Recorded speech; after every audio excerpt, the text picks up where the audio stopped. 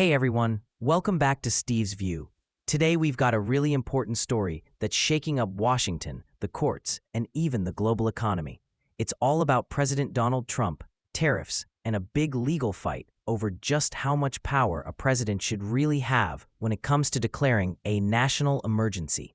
Now, that might sound like a dry legal debate at first, but trust me, this case is massive. It could reshape the way future presidents deal with trade, foreign policy, and even how the balance of power between Congress and the White House works.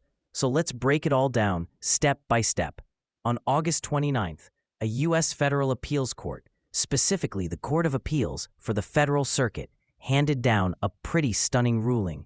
By a 7-4 vote, the judges said that Trump's administration went too far when it slapped global tariffs on imports by using something called the International Emergency Economic Powers Act, or IEEPA for short.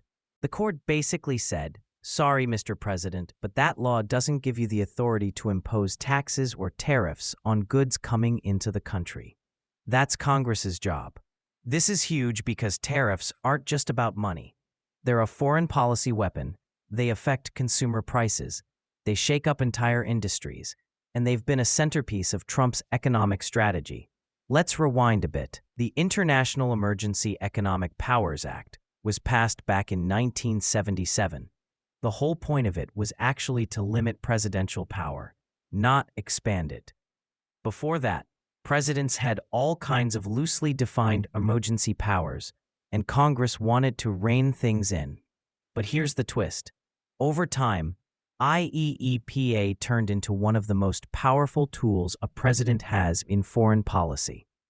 Presidents from both parties have used it to impose sanctions on foreign governments, freeze assets, and regulate international financial transactions.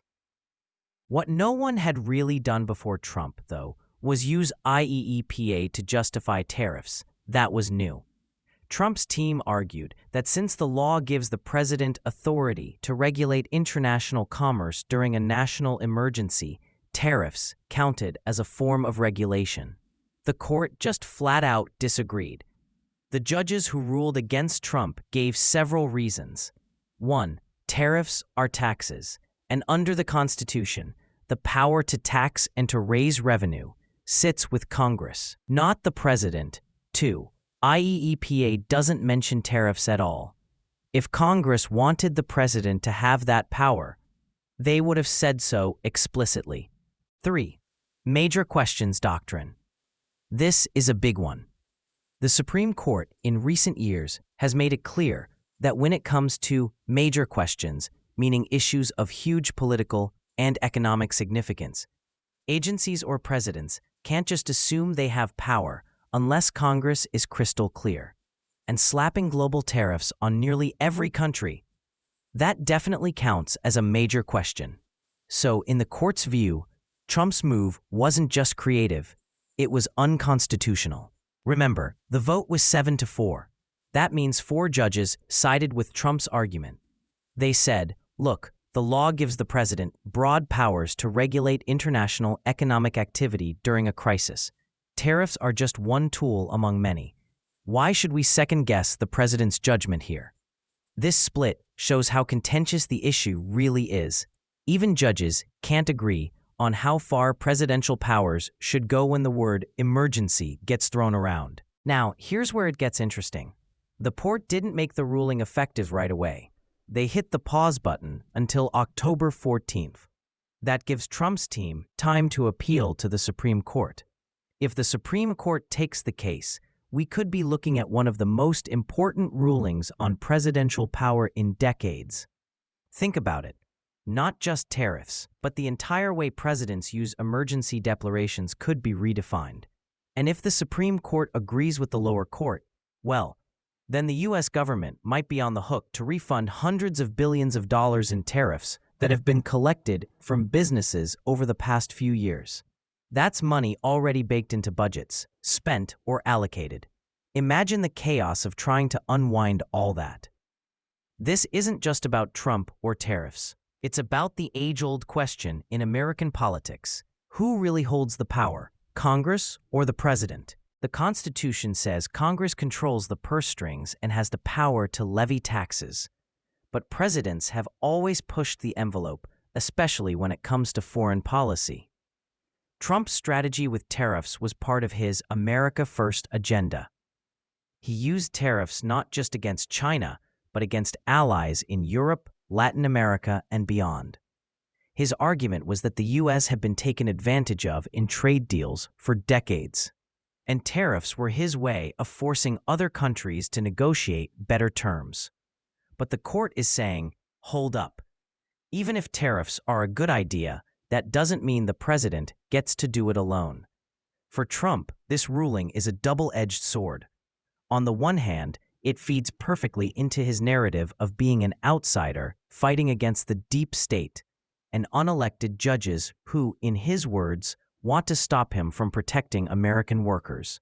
He can use this case on the campaign trail to rally his base. On the other hand, if the ruling sticks, it pulls the rug out from under one of his key economic strategies. His whole trade playbook relies heavily on being able to raise tariffs quickly and unilaterally to pressure other countries. If he has to run every tariff hike through Congress, that's a lot slower, more political, and less dramatic. Meanwhile, U.S. trading partners are watching this very closely. Countries like China, Mexico, and the European Union aren't just worried about high tariffs. What really scares them is the unpredictability. One day, Trump might say, "I'm slapping 25% tariffs on European cars."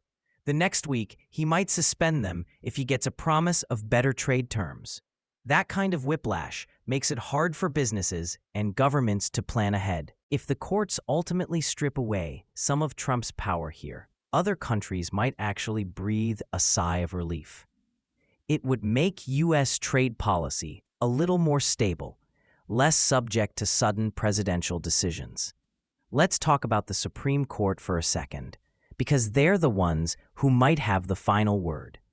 In recent years, the Supreme Court has leaned heavily on that major questions doctrine I mentioned earlier. They've used it to strike down big regulatory moves on climate change, student loan forgiveness, and more. Basically, their message has been, if it's a huge policy decision, Congress has to be the one to clearly authorize it. So, if they stay consistent, you'd think they'd rule against Trump here too. Tariffs affecting hundreds of billions of dollars in trade certainly qualify as a major policy decision. But here's the wild card. Trump appointed 3 of the current justices. And even though the court is supposed to be independent, politics always lurks in the background. Will those justices back the president who appointed them? Or will they stick to the legal principle they've been applying in other cases? That's what everyone will be watching. Okay, let's pause for a second. You might be thinking, all right, this is interesting political drama, but how does it actually affect me? Here's the thing. Tariffs are basically a tax that gets passed down to consumers. When the U.S. imposes tariffs on Chinese electronics, European cars, or Mexican produce, it's not just foreign companies that pay the price. American importers and, eventually, American shoppers do too. So this court fight isn't just about abstract constitutional principles. It's about how much you pay for groceries, clothes, electronics, and cars. If tariffs stay high, prices stay high. If the courts force a rollback, you could see some prices ease up, although companies don't always pass savings along right away. Here's another wrinkle. Even if Trump loses this case, he's not out of options. There are other laws he can use to justify tariffs. For example, Section 301 of the Trade Act of 1974 lets the president impose tariffs if another country is engaging in unfair trade practices. Section 232 of the Trade Expansion Act of 1962 allows tariffs if imports threaten national security. Trump already used this one to put tariffs on steel and aluminum. So, while this ruling is a setback, it doesn't mean Trump has to give up on tariffs altogether. It just means he'll have to base them on different laws, and those might be harder to defend in court if overused. Let's not forget the money involved. We're talking about potentially hundreds of billions of dollars in tariff revenue. That's money that's been going into U.S. government coffers, helping to offset deficits and fund programs. If the courts force the government to refund that money, it could create a serious budget headache. Where does that cash come from? Taxpayers? Spending cuts? More borrowing? None of those options are painless. So, to sum up, a federal appeals court just said Trump's use of emergency powers to impose global tariffs was illegal. The case now heads toward the Supreme Court, where it could set a landmark precedent on presidential power.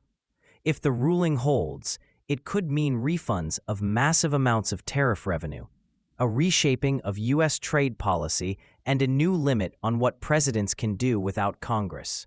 Politically, it's both a challenge and an opportunity for Trump as he continues to campaign on his trade and America First message. And for everyday Americans, the outcome could influence the prices we all pay for goods and the stability of the economy. All right, folks, that's the breakdown. This isn't just another legal battle. It's one that touches the Constitution, the balance of power in Washington, the global economy, and the prices in your local grocery store. So, what do you think? Should presidents have broad power to use tariffs as a negotiating tool, or should Congress always have the final say? Let me know your thoughts in the comments below. And don't forget to like and subscribe if you want more deep dives into the stories shaping our world. Thanks for watching, and I'll see you in the next video.